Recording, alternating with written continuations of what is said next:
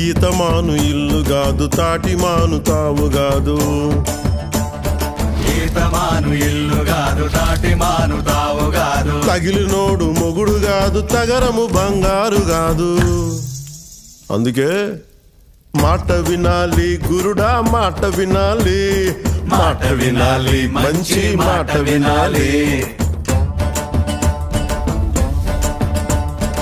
ఆకులేని అడవిలోన అరే మేకలన్నీ మేయవచ్చు సద్దులేని కోనలోన కొండ చర్య కులావచ్చు మాట దాటిపోతే